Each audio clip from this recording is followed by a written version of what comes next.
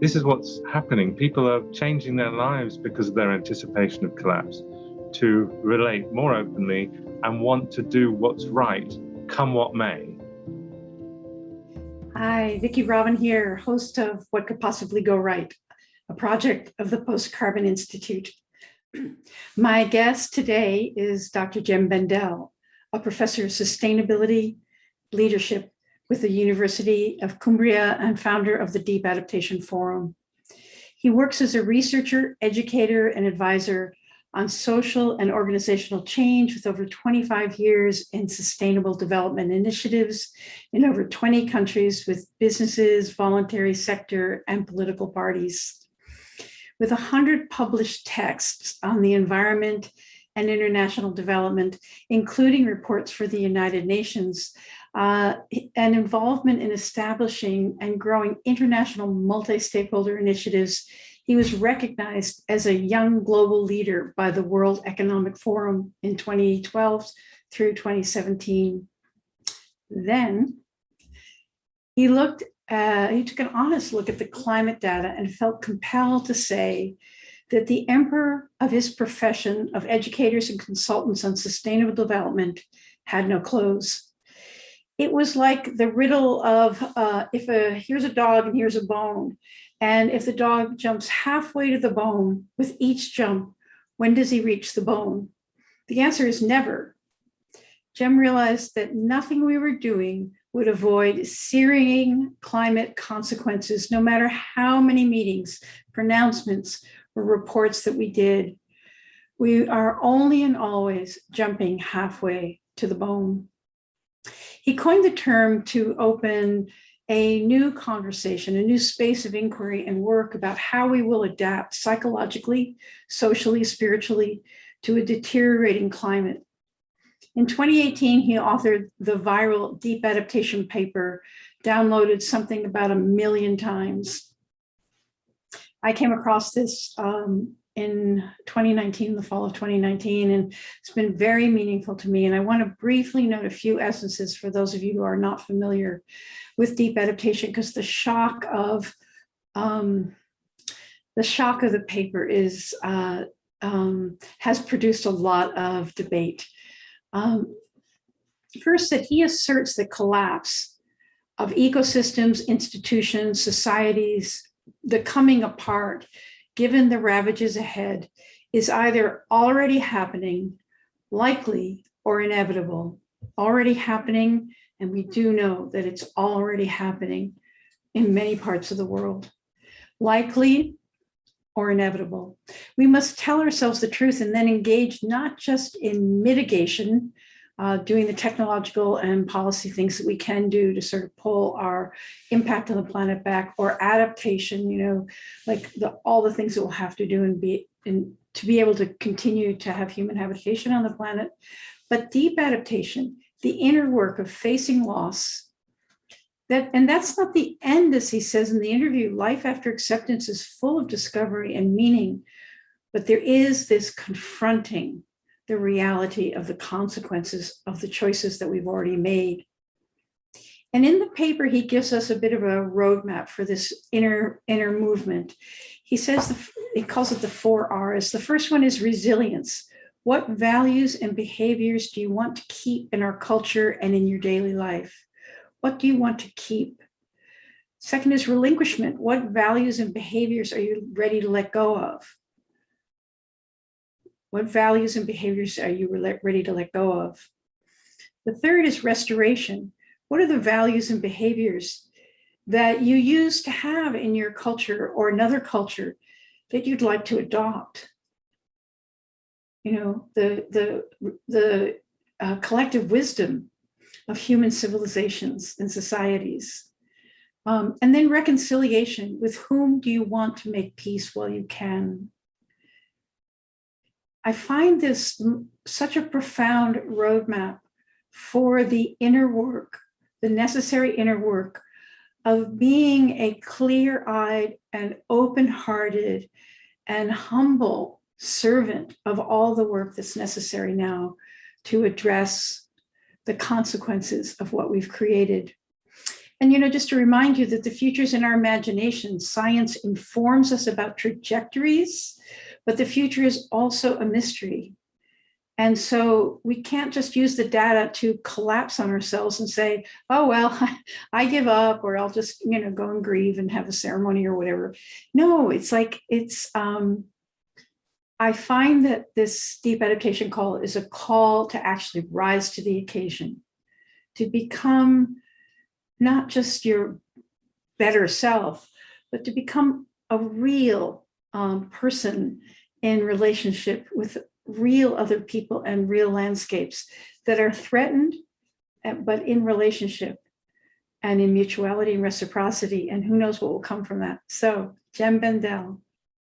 Yeah, so hi, Jem. It's just so great to be with you. As you know, you've made a huge difference in my life, and I admire you immensely, and am immensely grateful to you for your pioneering work.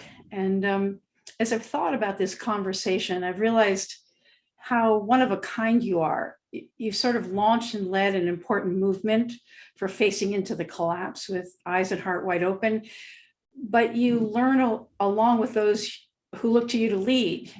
You sort of like wandered the trail together after you've invited them to take the wander. And you've gathered to you a community of scholars and healers and truth tellers and even change makers, but you don't seem to have an agenda per se, or a communications department boiling it all down to sound bites. And I know I try to do that with deep meditation, but it doesn't seem to be in your nature. And you've come at our current predicament from many angles over many years. You're not all wet behind the ears on this one.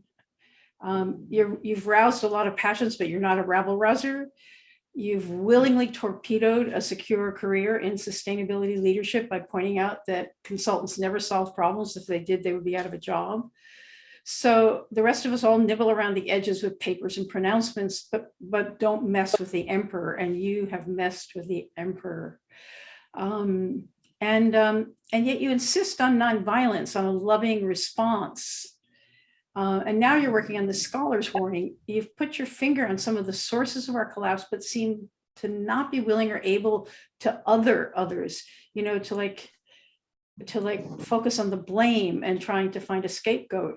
Even as you come under attack and get blamed from many sides, really, you are very unusual. And I'd like to invite you in this conversation about what could possibly go right to look in two places, not just like looking out there about what you see emerging on the horizon that says mature awareness of our predicament and a mature response may be growing. And second, what is emerging in your slice of what could be called the climate movement, science-based, truth-telling, nonviolent, focused on a loving response? What do you see that movement? What's arising in that movement? Where is it strong? Where could it be stronger? So with all of that and whatever else is on your mind, Jim, what could possibly go right? Yeah, Vicky, thank you for the invitation and for your introduction there. It's quite affirming to hear that how I'm aspiring to be does come across sometimes to some people. So thank you. I got it. The things you just mentioned about the maturing of this sort of collapse anticipation space, and also what are the trends in climate activism and climate science.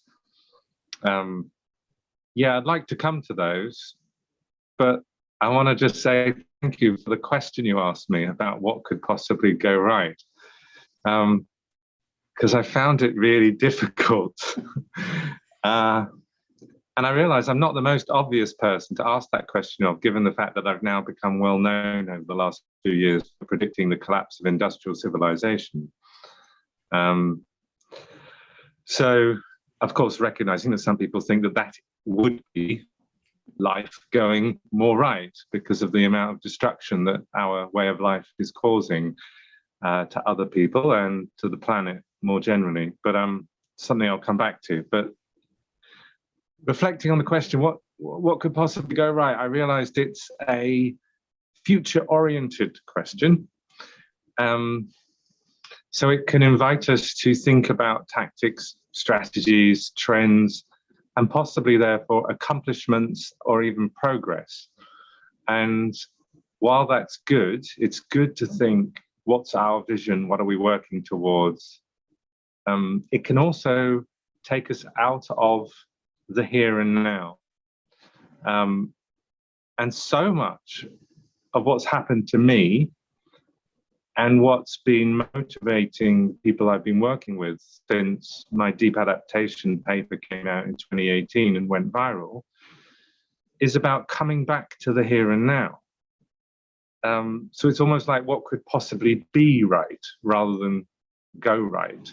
It's about a shift in the way that we are with each other and with ourselves, starting from how we are with our difficult emotions as we look at the latest science, the latest lack of progress, in fact, heading in the wrong direction.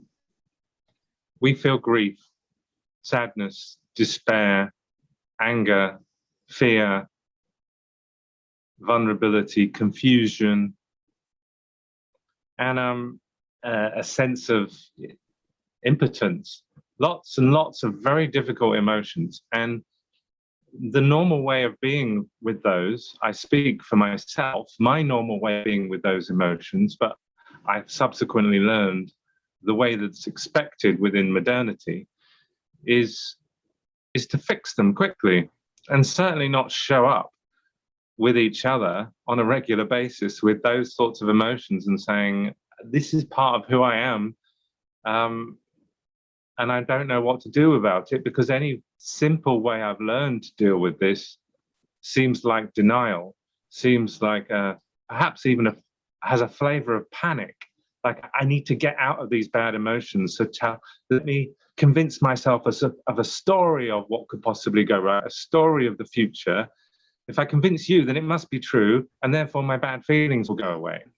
So what's really been happening in the space labeled deep adaptation is people saying, I don't want to pretend anymore to keep it together, to show up with a smiley face, or at least not upset at work or in my conversations with friends and families or colleagues. I want to be more real about what's going on in me as I perceive what's going on in the world. And it's from that shift that loads of things are happening that I had no idea would happen. I had an inkling that a different way of relating, a different way of being would lead to a different way of relating, which would lead to a different way of dialogue and thinking and planning and doing, and ultimately, therefore, other things that could go right. But yeah, it's been quite a revelation. Basically, people showing up, as you said, open eyes, open hearts, open minds, holding space for each other and our difficult emotions has led to a new quality of engagement, and has therefore, I think, begun to show that the mainstream narrative, which is like a binary, either you believe we fix this with more effort, more technology, more leadership, more of somebody else doing something amazing, and meanwhile we just get super busy with recycling and being, good citizens. That's one binary where actually we don't have a collapse, we don't have potentially mega death, we don't have a deep reckoning in terms of our whole world view and recognizing that our society has become omnicidal. That's one binary. On the other hand, it's this view that, oh, well, just grab your gun, dig a bunker, and wait for Mad Max. It's been this sort of two binaries. And because people thought there was this Mad Max alternative to just working harder and the eco-modern view, basically, of reform, that people didn't allow their reality, their perception of a coming breakdown. And what Deep Adaptation Community has shown, and the Deep Adaptation Forum in particular, since we started it back in early 2019, is that there's a very different way of responding, which then doesn't shrink our sense of connection, but opens it up. Where old stories of who I am and why I have self-respect, why I think I'm worth something, that all fades away or crumbles because our belief in current society crumbles. And instead we show up more raw, more open, and compassionate and creative. This is what's happening. People are changing their lives because of their anticipation of collapse to relate more openly and want to do what's right, come what may. So we might not fix much, we might not stop much harm, but we still want to do what's right. And we don't want to turn away from suffering in the world by the stories that we've grown up within that reduce the dignity and worth of people that don't look like us, sound like us, were born somewhere else, and beyond that, other species. This assumption that humanity is the center of the universe. So what could go right is more of that, because what I've just described doesn't depend on fairy tale solutions to the climate crisis. If things keep going badly, then more of what I've described is going to happen. Now, it doesn't mean, sorry, I should say, and when more of it happens and more people are connected with each other, it does grow exponentially. So the Deep Adaptation Forum has connected people with that kind of ethos. And now there are hundreds of volunteers who are showing how much that they want to help contribute to a new way of being in the face of the climate crisis in myriad ways.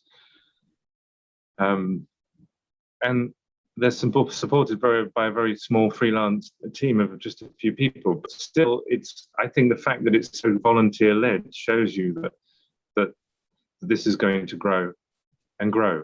But it doesn't mean it will stop the other responses from growing and growing. And when I mean the other responses, I do mean the ones where people have unprocessed, painful emotions, and therefore are more easily drawn to populist stories that want you to tell you who to blame, where to run, how to protect yourself.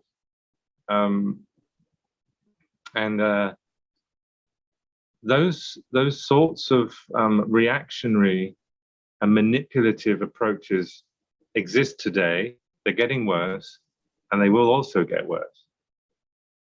So in my view of the future, I don't see the good things I've talked about necessarily creating a transition to an eco-civilization.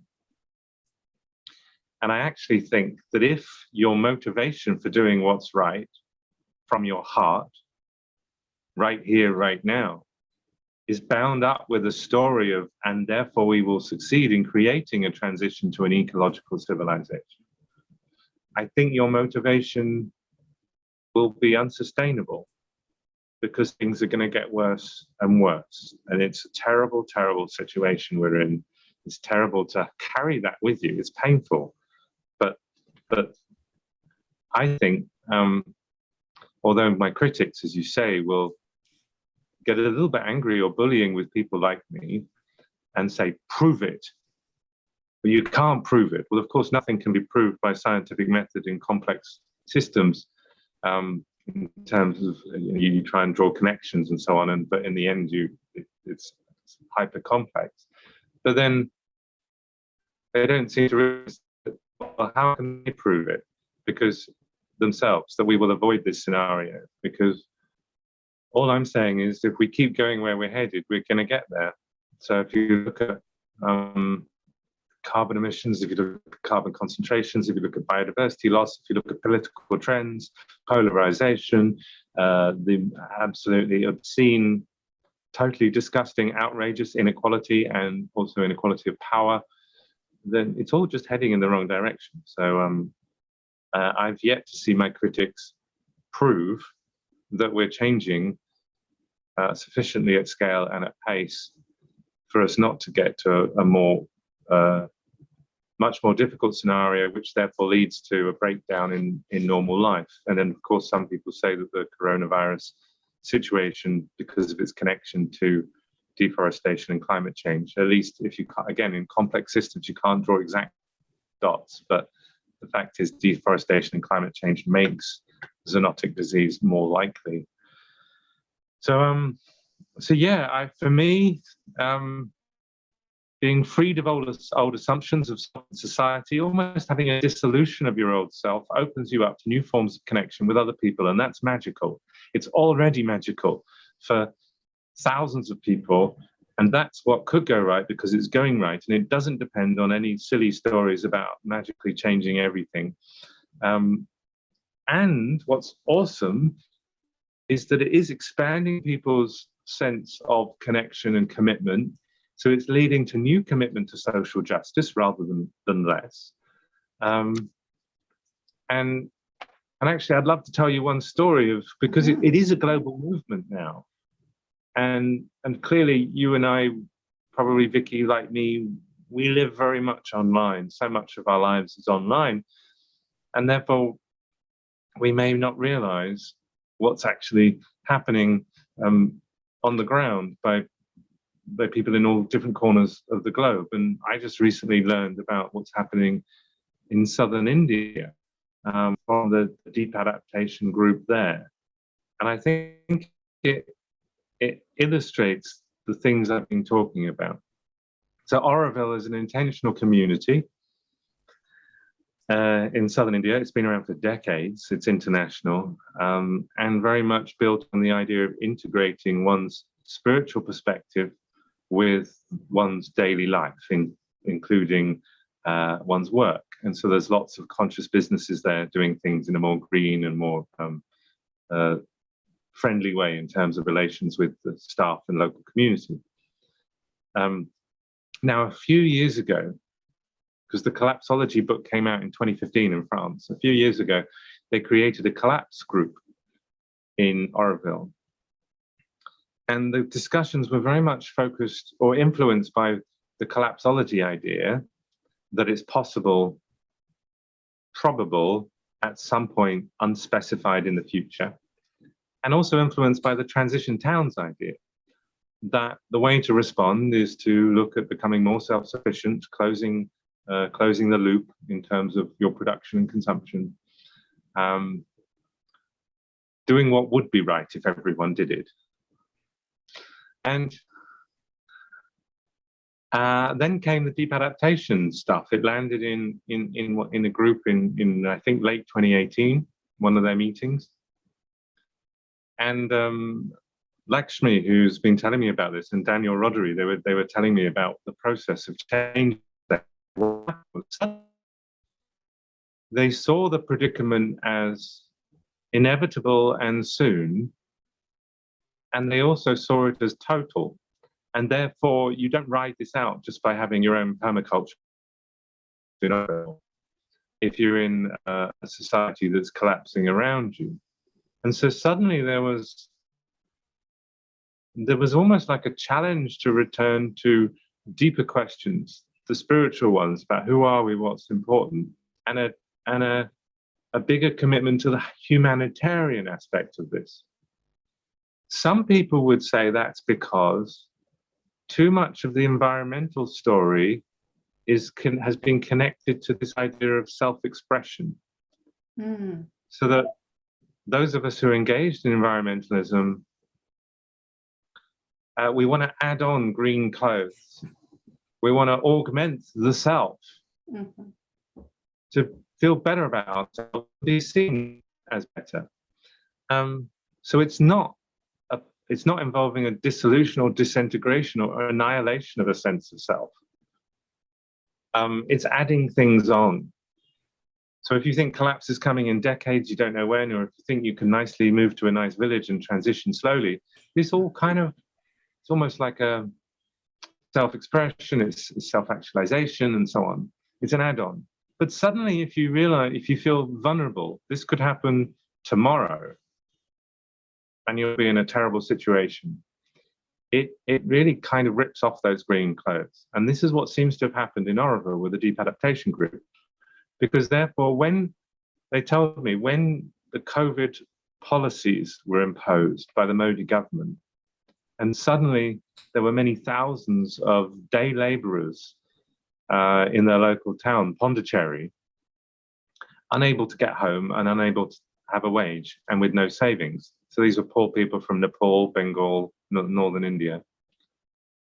The Deep Adaptation Group swung into action to fundraise in order to get them essential needs. That was the first action. This is of a group that was talking about, cutting carbon and growing your own food. But there was this bigger sense of we need to be ready for crisis and ready to respond. And so they swung into action. They raised thousands of dollars in local currency, and they were there immediately helping people who otherwise would have been destitute. That was, I think, an example of the shift that can happen through deep adaptation type conversations. And I asked Lakshmi to write about it for my blog and for the Deep Adaptation Forum, because I think it's the most obvious answer to the critics who say that people who anticipate collapse become despairing and apathetic or nihilistic. We seem to be experiencing something quite different. So that's what could go right, because it's going right already. Exactly. Well, that's what the question is asking, is to notice in the welter of news, those green shoots of things that are merging, that are sort of in alignment with the kind of world that you sense is the more beautiful world, as we sometimes say. It's a very interesting perspective. I've been reflecting on this because I'm having a hip replacement, and so prior to a hip replacement, there's a hip problem, right? And having a hip problem, then you start to contemplate your fragility. And I realized that in a way, there's like, in any disease process, I'm sure that people have applied the Kubler-Ross stages, but there is something like acceptance that comes when you realize that you're not getting out of this thing alive, or the green suit itself is not going to survive the tidal wave of consequences. And there's something about that where you face that, but there's more life, there's more to do, because there's always something next that's happening. And so, I also find it really interesting what you're saying about one of the things that I learned in my sort of first year with deep adaptation and climate grief and just the reckoning, is that my whole life had been arranged around I do this in order to that. And if there is no in order to, then what is the motivation for action? And I think there is a sort of what I'm hearing from you is it's almost like an existential peace, not sort of a dark existentialism of meaninglessness, but an existential peace. I'm still here. People are still around me. There's still things to do. And I also, one final question, because we've run here, is on this thing of acceptance, after facing what's so, you've started the scholar's warning. There are people who are in action in many ways, not just sort of the Oroville response to the day laborers, but there's people who continue to be in action. Are you noticing that people continue to act in ways that are congruent with their talents or predilections, but their motivations are different? Or how is it that people are still in that process of engagement, Hmm. Yeah. Green suited self, that was a nice phrase. I think many people, just like I have been in the past, are laboring under the delusion of sustainable development. And that's painful for me to say out loud, because sustainable development as a framework, as a hope, um, was my thing since 1992 until 2018. So, but once you're no longer laboring under a delusion, then it's destabilizing. But then you're still there. You've still got skills. You've still got networks, and you've still got that original underlying core humanity, the desire to be useful in the world. And so that leads to all manner of things. And to go back to your introduction, who am I to say what it leads to? I mean, the Scholars' Warning, over 600 signatories, they come from philosophy, law, politics, physics, or geography, food security. I mean, who am I to say, do this, don't do that? And it's the same with the Deep Adaptation Forum. I don't know, 15,000 people maybe engaged on the platforms from all walks of life, all various corners of the globe. So for me, the best response to stuff is to invite people into a different way of talking about how to do stuff, which starts with emotions, which invites us away from the quick fix in order to feel a bit better about my pain. So yeah, we in the Deep Adaptation Forum, we talked about compassion, curiosity, and respect, an ethos of asking questions, and I offered a framework of 4 questions to help people. And the same will be for Scholars' Warning. I'm just going to provide a connection for people to work out together what they want to do. But with Scholars' Warning, there'll be a more explicit focus on how do you bridge a private, quite personal anticipation of societal disruption and collapse with maintaining your day job and your existing skills and career and networks. Because I think there is now a need for more integration. And it seems people are ready for it. Like a few years ago, this was very taboo. Now it's controversial, but not so taboo. So we can actually begin to have conversations about how do you bridge this awareness, this perspective with your life in an organization. For example, the newest member of the holding group of the Deep Adaptation Forum is a technical officer at the World Health Organization, working on community and public health. So the big issue there will be, how do these things come together? Right. If it goes right, what could possibly go right is we do find those bridges between this anticipation of disruption and collapse with people's jobs right now, so that we can actually try and reduce harm through retooling and redirecting existing resources. It's very beautiful what you're saying, really, because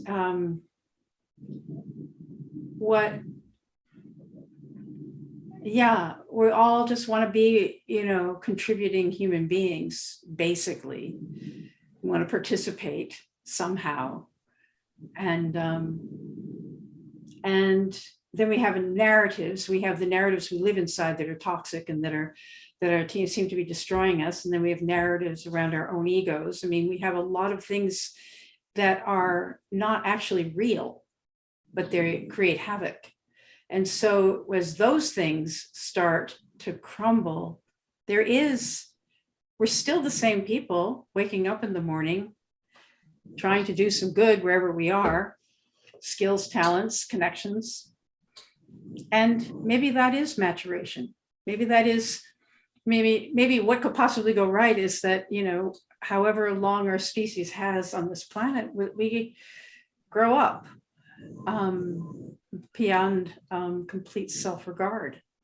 And that would be, if I'm betting on something, I'm not doing anything in order for anything else. Of course I am. I try not to, but anyway. I catch myself at it every other minute, but still, maturation was like where I'm putting my bets, it's like that we could actually grow up, grow out of our childish ways.